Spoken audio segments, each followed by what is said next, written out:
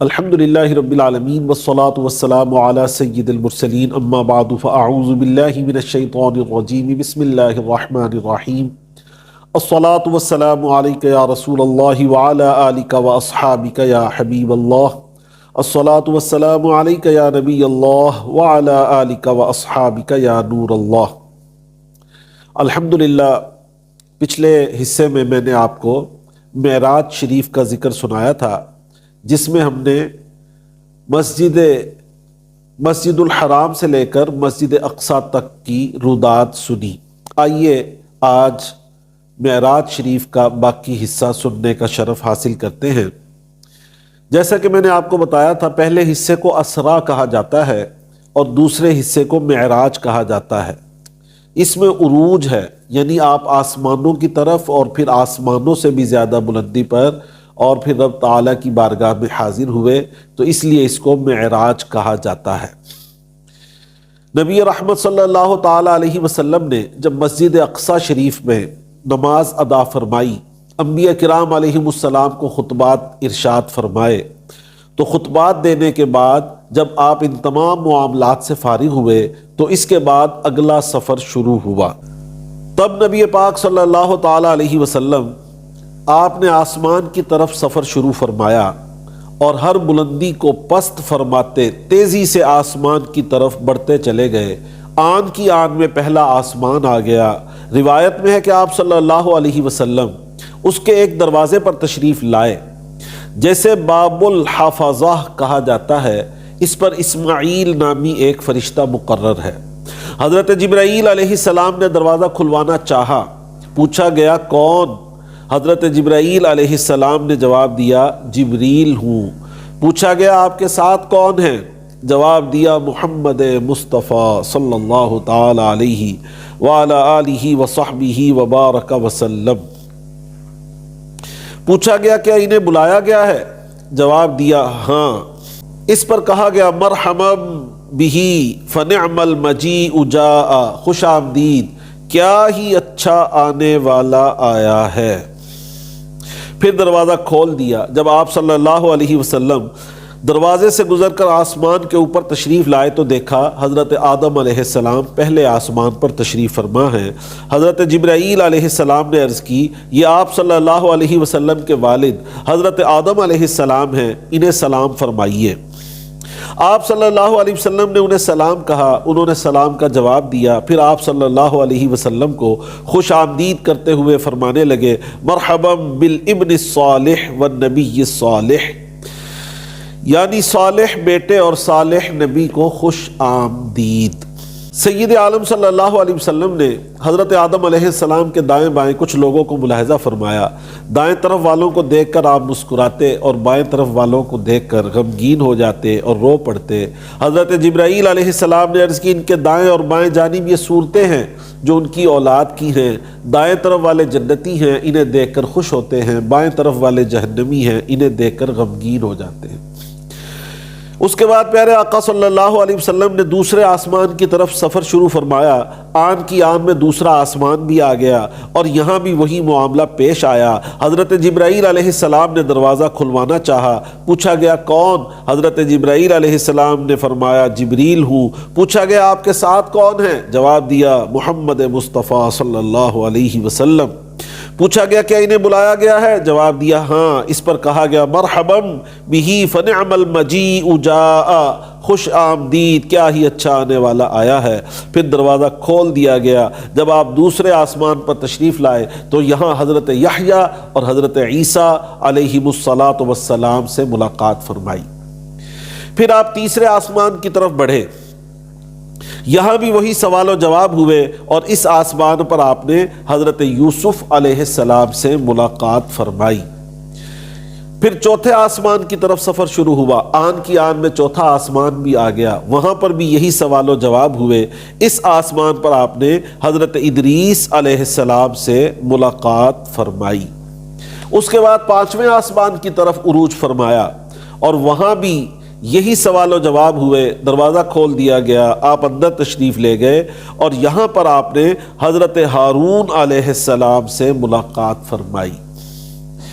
آن کی آن میں چھٹا آسمان بھی آ گیا، یہاں بھی وہی سوال و جواب ہوئے، دروازہ کھول دیا گیا۔ آپ نے یہاں پر حضرت موسیٰ علی نبینا وعلیہ الصلاۃ والسلام سے ملاقات فرمائی۔ حضرت موسیٰ علیہ السلام سے جب آپ نے ملاقات فرمائی تو موسیٰ علیہ السلام آپ کی شان و عظمت کو دیکھتے ہوئے رونے لگے۔ پوچھا گیا آپ کو کس چیز نے رلایا؟ فرمایا مجھے اس بات نے رلایا کہ ایک نوجوان جو میرے بعد مبعوث ہوئے ان کی امت میں سے داخل جنت ہونے والے لوگوں کی تعداد میری امت میں سے داخل جنت ہونے والے لوگوں سے زیادہ ہوگی۔ پھر آپ صلی اللہ علیہ وسلم 7ویں آسمان پر تشریف لائے۔ یہاں بھی حضرت جبرائیل امین علیہ السلام نے اسی طرح دروازہ کھلوانا چاہا، وہی سوال و جواب ہوئے، دروازہ کھول دیا گیا۔ یہاں پر آپ کی ملاقات حضرت ابراہیم خلیل اللہ علی نبینا وعلیہ الصلاۃ والسلام سے ہوئی۔ حضرت ابراہیم علیہ السلام بیت المعمور سے ٹیک لگائے وہاں پر تشریف فرما تھے۔ جبرائیل علیہ السلام نے عرض کی یہ آپ کے والد ہیں، انہیں سلام کہیے۔ آپ صلی اللہ علیہ وسلم نے سلام کہا، انہوں نے سلام کا جواب دیا۔ پھر آپ صلی اللہ علیہ وسلم کو خوش آمدید کرتے ہوئے مرحبا بالابن الصالح والنبی الصالح، صالح بیٹے اور صالح نبی کو خوش آمدید ارشاد فرمایا۔ 7ویں آسمان پر حضرت ابراہیم علیہ السلام سے ملاقات فرمانے کے بعد سید الانبیاء تاجدار دو عالم صلی اللہ علیہ وسلم سدرۃ المنتہا کے پاس تشریف لائے۔ یہ ایک نورانی بیری کا درخت ہے جس کی جڑ 6 آسمان پر اور اس کی شاخیں 7ویں آسمان سے بھی اوپر ہیں۔ اس کے پھل مقام ہجر کے مٹکوں کی طرح بڑے بڑے اور پتے ہاتھی کے کانوں کی طرح ہیں۔ حضرت جبرائیل علیہ السلام نے عرض کی یہ سدرۃ المنتہا ہے۔ پیارے آقا صلی اللہ علیہ وسلم نے یہاں 4 نہریں ملاحظہ فرمائیں جو سدرۃ المنتہا کی جڑ سے نکلتی تھیں۔ ان میں سے 2 ظاہر تھی، 2 خفیہ۔ آپ صلی اللہ علیہ وسلم نے پوچھا اے جبرائیل یہ نہریں کیسی ہیں؟ عرض کی خفیہ نہریں تو جنت کی ہیں اور ظاہر نہریں 2 جو زمین پر ہیں، نیل اور فرات۔ نبی پاک صلی اللہ علیہ وسلم جب سدرۃ المنتہا سے آگے بڑھنے لگے تو جبرائیل امین علیہ السلام یہیں پر رک گئے۔ تھکے تھے روح الامی کے بازو، چھٹا وہ دامن کہاں وہ پہلو۔ یہ وہ مقام آ گیا جہاں جبریل امین علیہ السلام بھی رشک کی نگاہوں سے حضور صلی اللہ علیہ وسلم کی طرف دیکھنے لگے کہ آپ اس سے آگے نہیں بڑھ سکتے تھے۔ تھکے تھے روح الامی کے بازو، چھٹا وہ دامن کہاں وہ پہلو، رکاب چھوٹی امید ٹوٹی، نگاہ حسرت کے ولولے تھے۔ اب آگے کا سفر شروع ہوا۔ جب پیارے آقا صلی اللہ علیہ وسلم سدرۃ المنتہا سے آگے بڑھے تو حضرت جبرائیل علیہ السلام وہیں ٹھہر گئے اور نبی پاک صلی اللہ علیہ وسلم اکیلے آگے بڑھے۔ بلندی کی طرف سفر فرماتے ہوئے ایک مقام پر تشریف لائے جسے مستوی کہا جاتا ہے۔ یہاں آپ صلی اللہ علیہ وسلم نے قلموں کی چرچراہٹ سماعت فرمائی۔ یہ وہ قلم تھے جن سے فرشتے روزانہ کے احکام الہیہ لکھتے ہیں اور لوح محفوظ سے 1 سال کے واقعات الگ الگ صحیفوں میں نقل کرتے ہیں اور پھر یہ صحیفے شعبان کی 15ویں شب متعلقہ حکام فرشتوں کے حوالے کر دیے جاتے ہیں۔ پھر مستوی سے آگے بڑھے، عرش آ گیا۔ سبحان اللہ سبحان اللہ۔ سنا یہ اتنے میں عرش حق نے کہ لے مبارک ہو تاج والے، وہی قدم خیر سے پھر آئے جو پہلے تاج شرف تیرے تھے۔ یہ سن کے بے خود پکار اٹھا، نثار جاؤں کہاں ہے آقا، پھر ان کے تلووں کا پاؤں بوسا، یہ میری آنکھوں کے دن پھرے تھے۔ آپ عرش پر تشریف لائے اور پھر وہاں پہنچے جہاں خود کہاں اور کب بھی ختم ہو جاتے ہیں۔ جھکا تھا مجرے کو عرش اعلیٰ، گرے تھے سجدے میں بزم بالا، یہ آنکھیں قدموں پہ مل رہا تھا، وہ گرد قربان ہو رہے تھے۔ ضیائیں کچھ عرش پر یہ آئیں کہ ساری قندیلیں جھل ملائیں، حضور خورشید کیا چمکتے۔ حضور خورشید کیا چمکتے، چراغ منہ اپنا دیکھتے تھے، یہی سما تھا کہ پیک رحمت خبر یہ لایا کہ چلیے حضرت تمہاری خاطر کشادہ ہیں جو کلیم پر بند راستے تھے۔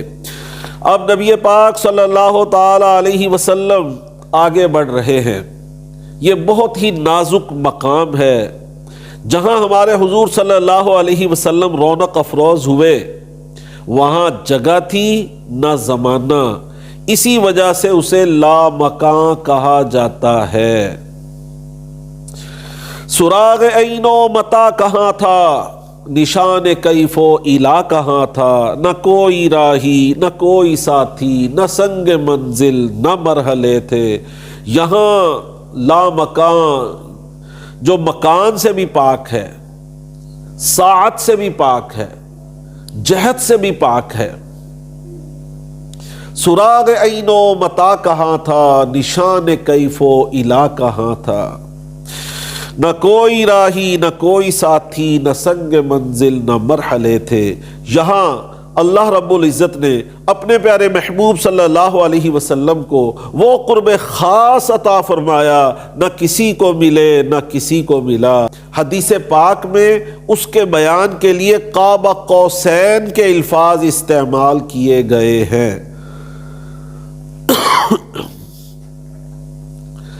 یہ الفاظ اس وقت استعمال کیے جاتے ہیں جب انتہائی قرب اور نزدیکی کو بتانا مقصود ہو۔ نبی پاک صلی اللہ علیہ وسلم نے بیداری کی حالت میں اپنے رب کا اپنے سر کی آنکھوں سے جاگتے ہوئے دیدار کیا۔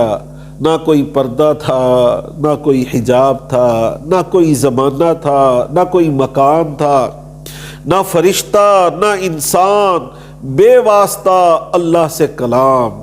یہ حضور صلی اللہ علیہ وسلم کا وہ شرف ہے جس میں آپ بے مثل ہیں، کوئی آپ کی مثل نہیں ہے۔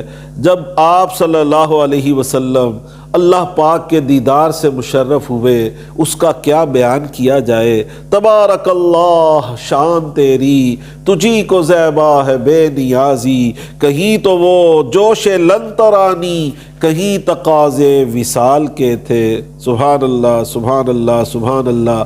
اٹھے جو قصر دنا کے پردے، کوئی خبر دے تو کیا خبر دے، وہاں تو جاہی نہیں دوئی کی، نہ کہہ کے وہ بھی نہ تھے ارے تھے، حجاب اٹھنے میں لاکھوں پردے، ہر ایک پردے میں لاکھوں جلوے۔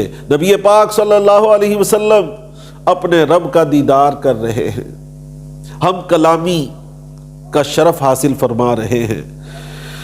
تب اللہ پاک نے اپنے بندہ خاص اپنے محبوب صلی اللہ علیہ وسلم کی طرف وحی فرمائی۔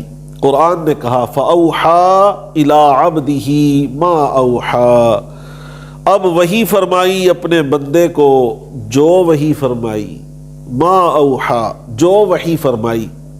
اکثر محققین فرماتے ہیں کہ اس وحی کا مضمون کسی کو معلوم نہیں، کہ محب اور محبوب کے اسرار دوسروں پر ظاہر نہیں کیے جاتے۔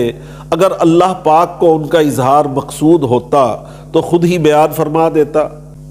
جب اس نے بیان نہیں کیا بلکہ فرمایا وحی کی اپنے بندے کی طرف جو وحی کی، تو کس کی مجال ہے کہ پوچھ سکے، دریافت کر سکے۔ بہرحال مختصر طور پر اتنا کہا جا سکتا ہے، دین و دنیا کی جسمانی اور روحانی، ظاہری و باطنی نعمتیں اور علوم و معارف جو کچھ بھی اللہ پاک نے اپنے محبوب صلی اللہ علیہ وسلم کو چاہا اپنی حکمت کے مطابق عطا فرما دیا۔ البتہ ہر نعمت اور ہر علم و حکمت کا ظہور اپنے اپنے وقت پر ہوا اور ہوتا رہے گا۔ اللہ تعالیٰ نے اپنے محبوب صلی اللہ علیہ وسلم پر جو عنایات کی، ان میں سے ایک 50 نمازوں کا تحفہ بھی ہے جو اس امت کے لیے اللہ تعالیٰ نے اپنے محبوب صلی اللہ علیہ وسلم کو عطا فرمایا۔ یہ وہ خاص تحفہ ہے جو اس امت کو عطا کیا گیا۔ جب نبی پاک صلی اللہ علیہ وسلم واپس چھٹے آسمان پر تشریف لائے تو حضرت موسیٰ علیہ السلام سے ملاقات ہوئی۔ حضرت موسیٰ علیہ السلام نے عرض کی حضور اللہ تعالیٰ نے آپ کی امت پر کیا فرض فرمایا؟ ارشاد فرمایا 50 نمازیں۔ اس پر حضرت موسیٰ علیہ السلام نے عرض کی حضور واپس لوٹ جائیے اور اس میں کمی کا سوال کیجئے، کیونکہ آپ کی امت سے یہ نہیں ہو سکے گا۔ چنانچہ آپ صلی اللہ علیہ وسلم واپس اللہ تعالیٰ کی بارگاہ میں حاضر ہوئے اور عرض کی یا رب خفف علی امتی، اے میرے رب میری امت پر تخفیف فرما۔ اللہ پاک نے 5 نمازیں کم کر دی، پھر واپس آئے، پھر حضرت موسیٰ علیہ السلام نے عرض کی حضور واپس تشریف لے جائیں، اس میں کمی کروائیے۔ آپ پھر حاضر ہوئے، پھر 40 نمازیں ہوئیں، 5 کرتے ہوئے کم ہوتی نہیں، یہاں تک کہ 5 نمازیں رہ گئیں۔ تب بھی حضرت موسیٰ علیہ السلام نے عرض کی حضور واپس جائیں اور اس میں بھی کمی کروائیں۔ نبی پاک صلی اللہ تعالی علیہ وسلم نے ارشاد فرمایا مجھے اپنے رب کی بارگاہ میں اب سوال کرتے ہوئے حیا آتی ہے۔ اس طرح یہ 5 نمازوں کا تحفہ اس امت کو ملا۔ اس کے بعد آپ صلی اللہ علیہ وسلم سدرۃ المنتہا پر تشریف لائے۔ اس بار اس پر مختلف رنگ چھا گئے۔ روایت میں ہے کہ فرشتوں نے اللہ تعالیٰ سے پیارے آقا صلی اللہ علیہ وسلم کی زیارت کرنے کی اجازت مانگی تو اللہ تعالیٰ نے انہیں اجازت عطا فرمائی، بس وہ فرشتے سدرہ پر چھا گئے تاکہ وہ حضور نبی پاک صلی اللہ علیہ وسلم کی زیارت کا شرف حاصل کر سکے۔ یہاں سے آپ صلی اللہ علیہ وسلم کو جنت میں لایا گیا۔ اس میں موتیوں کی عمارتیں تھیں اور اس کی مٹی خشک تھی۔ آپ صلی اللہ علیہ وسلم نے یہاں 4 قسم کی نہریں ملاحظہ فرمائیں، ایک پانی کی جو تبدیل نہیں ہوتا، دوسری دودھ کی جس کا ذائقہ نہیں بدلتا، تیسری شراب کی جس میں پینے والوں کے لیے صرف لذت ہے نشہ نہیں ہے، چوتھی پاکیزہ اور صاف ستھرے شہد کی نہر۔ جنت کی سیر کرتے ہوئے آپ نے ملاحظہ فرمایا کہ اس کے انار جسامت میں ڈولوں کی طرح اور پرندے اونٹوں کی طرح تھے۔ اس میں اللہ نے اپنے نیک بندوں کے لیے ایسے ایسے انعامات تیار کر رکھے ہیں جنہیں کسی آنکھ نے دیکھا، نہ کسی کان نے سنا، نہ کسی انسان کے دل میں اس کا خیال گزرا۔ جنت کی سیر کے دوران آپ صلی اللہ علیہ وسلم ایک نہر پر تشریف لائے جس کے کناروں پر موتیوں کے خیمے تھے اور اس کی مٹی خالص مشک کی تھی۔ آپ صلی اللہ علیہ وسلم نے حضرت جبرائیل علیہ السلام سے پوچھا اے جبرائیل یہ کیا ہے؟ عرض کی یہ نہر کوثر ہے جو آپ صلی اللہ علیہ وسلم کے رب نے آپ کو عطا فرمائی ہے۔ انا اعطیناک الکوثر، ساری کثرت پاتے یہ ہیں، رب ہے معطی یہ ہے قاسم، رزق اس کا ہے کھلاتے یہ ہیں۔ جنت کی سیر کرنے کے بعد آپ صلی اللہ علیہ وسلم کو جہنم کا معائنہ بھی کروایا گیا۔ وہ اس طرح کہ آپ صلی اللہ علیہ وسلم جنت ہی میں موجود تھے اور جہنم سے پردہ ہٹا دیا گیا جسے آپ صلی اللہ علیہ وسلم نے ملاحظہ فرما لیا۔ پھر آپ صلی اللہ علیہ وسلم سے اسے بند کر دیا گیا اور آپ صلی اللہ علیہ وسلم واپس سدرۃ المنتہا پر تشریف لے آئے۔ اس کے بعد واپسی کا سفر شروع ہوا۔ واپس آتے ہوئے جب آپ صلی اللہ علیہ وسلم آسمان دنیا پر تشریف لائے اور اس کے نیچے نظر فرمائی تو وہاں گرد و غبار، شور و غوغا اور دھواں تھا۔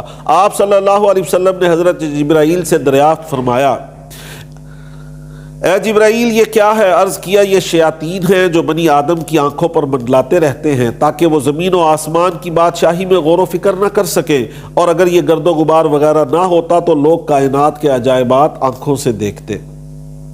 نبی پاک صلی اللہ علیہ وسلم مکہ المکرمہ واپس تشریف لے آئے اور اس شان سے تشریف لائے، سبحان اللہ سبحان اللہ سبحان اللہ، خدا کی قدرت کے چاند حق کے کروڑوں منزل میں جلوہ کر کے ابھی نہ تاروں کی چھاؤں بدلی کے نور کے تڑکے آ لیے تھے۔ نبی رحمت، شفیع امت، رضا پہ للہ ہو عنایت، اسے بھی ان خلعتوں سے حصہ جو خاص رحمت کے وہاں بٹے تھے۔ سبحان اللہ، یہاں پر یہ آپ کا معراج کا واقعہ مکمل ہوا۔ اس واقعہ معراج میں بہت ساری حکمتیں تھیں۔ علماء نے کئی حکمتیں بیان کی، جن میں سے ایک حکمت یہ ہے کہ تمام انبیاء کرام علیہ السلام نے گواہی دی اشہد ان لا الہ الا اللہ، بے شک اللہ ایک ہے۔ اسی طرح جنت اور دوزخ کے ہونے کو بیان کیا، لیکن کسی نے بھی اپنی آنکھوں سے نہ دیکھا تھا۔ اللہ پاک نے انبیاء کرام علیہ السلام میں سے ایک ایسی ہستی پیدا فرمائی جس نے اللہ تعالیٰ کا دیدار کیا اور اپنی آنکھوں سے رب کو دیکھا تاکہ اس گواہی کی تکمیل ہو جائے۔ آخر میں امیر اہل سنت کے چند اشعار سنا کر اپنی بات کو اختتام پر لے جاتا ہوں۔ ہیں صف آرا سب حور و ملک اور غلما خلد سجاتے ہیں، ایک دھوم ہے عرش اعظم پر مہمان خدا کے آتے ہیں، ہے آج فلک روشن روشن تارے بھی جگمگ جگمگ جگمگ، محبوب خدا کے آتے ہیں، محبوب خدا کے آتے ہیں۔ یہ عز و جلال اللہ اللہ، یہ اوج و کمال اللہ اللہ، یہ حسن و جمال اللہ اللہ، معراج کو دولہا جاتے ہیں۔ سبحان اللہ۔ اللہ کی رحمت سے سرور جا پہنچے دنا کی منزل پر، اللہ کا جلوہ بھی دیکھا دیدار کی لذت پاتے ہیں، معراج کی شب تو یاد رکھا پھر حشر میں کیسے بھولیں گے، عطار اسی امید پہ ہم دن اپنے گزارے جاتے ہیں۔ اللہ تعالی ہمیں اپنے پیارے محبوب صلی اللہ علیہ وسلم کی سچی محبت عطا فرمائے، آمین آمین آمین، بجاہ النبی الکریم الامین صلی اللہ علیہ وآلہ وسلم۔